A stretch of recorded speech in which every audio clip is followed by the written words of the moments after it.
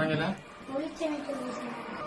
ஒளி சமைத்தல். சரி சரி. ஓ அந்த சொல்றது என்ன, சிக்னல் லைட்டுகள் போடணும் என்ன? அது ஒரு இடத்த தான் போடுவாங்களோ இல்லை 2 இடத்த போடுவாங்களோ? அது ஒரு நல்ல விஷயம். வேற அந்த பரந்தல்ல நடந்ததுக்கு என்னன்னா, பரந்தல்ல வாகனங்கள் 2 பக்கம் இருந்து வார வாகன தொகை வந்து கூட வேணும்.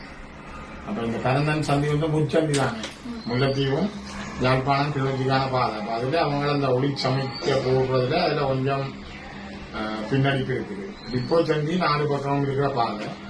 அதுல ரத்தினபுரத்துக்கால பாத வாகனங்கள் அளவு காணாதுன்றதான் இருந்தவை. இப்ப அந்த வீட திட்டம் வந்து எடுக்கலாம். கொஞ்சம் கூட மகஜரத்தாங்க நானும் கூட இதை கரிசனையில் எடுக்கிறாமா எப்படின்னு வருவோம். உங்களுடைய கரிசனையில் எடுத்து நாங்கள் இதுக்கு ஒரு நல்ல மாணவனாக நீங்க சிந்தித்திருக்கிற இந்த சிந்தனை நல்ல விஷயம். வாழ்த்துக்கள். அதுல என்னென்ன விபத்துக்கள் நடந்திருக்கின்ற பட்டியலில் நடத்துனீங்களா? கிடைக்கிறாங்க அண்ம காலங்கள்ல அப்படி இல்லை. நான் எடுத்து கொடுத்தாங்க இந்த ஒரு வருஷ காலத்துக்குள்ள விபத்துக்கள் கிளிநொச்சியில் நடந்த விபத்துக்கள் விவரங்களையும் எடுத்து போட்டு நீங்க எழுதியிருக்கிற இந்த விஷயத்தை வச்சு நான் ஒரு நடவடிக்கை எடுக்கிறேன். நல்ல விஷயம்.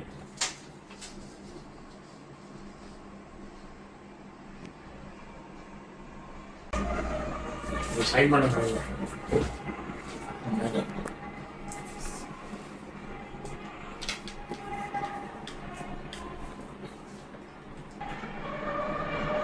விடயத்தை கூடுதலாக கரிசனையில் எடுத்து இது பற்றி நீங்க சிந்திக்கிற இந்த வயசுல என்னுடைய பாராட்டுக்கள். நான் அதிகமா இதுல கூடுதலான கவனம் எடுத்து இதுக்குரிய நடைமுறைப்படுத்துறதுக்கான என்னாலான முயற்சிகள் எடுக்கிறேன். சின்ன வயசுல இப்படி யோசிக்கிறதுக்கு என்னுடைய வாழ்த்துக்கள். யார் இந்த யோசனையை தந்த? நீங்களா யோசிச்சீங்களா? ரைட், கெட்டிக்காரன். அடிக்கடி வீதியில் நடக்கிற விபத்துக்கள் விஷயங்களை பார்த்து இதை சிந்திச்சது ஒரு நல்ல விஷயம். உங்களோட மனசுல அதை பாதிச்சிருக்கு. நான் அந்த விஷயத்த கூடுதலா கருத்துல எடுத்து நல்ல முடிஞ்ச அளவு செய்யலாம். நன்றிகள், வாழ்த்துக்கள்.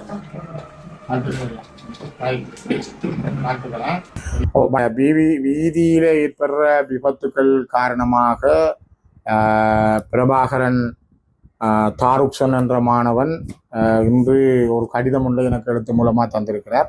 குறிப்பாக கிளிநொச்சி மாவட்டத்தில் அண்மை காலங்களில் அடிக்கடி நடைபெறுகின்ற டிப்பர், பேருந்து மற்றும் மகிழுந்து போன்ற வாகனங்களால் அடிக்கடி ஏற்படுற விபத்துக்கள், மோட்டார் சைக்கிள்கள் மூலமாக ஏற்படுற விபத்துக்கள் தொடர்பில் பிள்ளைகள் அச்சம் கொண்டிருக்கிறார்கள். குழந்தைகள் மத்தியில் அந்த அச்சம் நிலை ஒன்று ஏற்பட்டிருக்கிறது என்பதுதான் ஒரு பாடசாலை மாணவனாக, ஒரு சின்ன சிறுவனாக அவருடைய மனநிலை வெளிப்படுத்தி இருக்கிறது. ஆகவே பிள்ளைகளே ஒரு பள்ளியில் செல்லுகின்ற இந்த சின்ன குழந்தைகள் சிந்திக்கிற அளவுக்கு கிளிநொச்சியினுடைய விபத்து நிலைமை இருக்கிறது என்பதை இது வெளிக்காட்டி இருக்கிறது.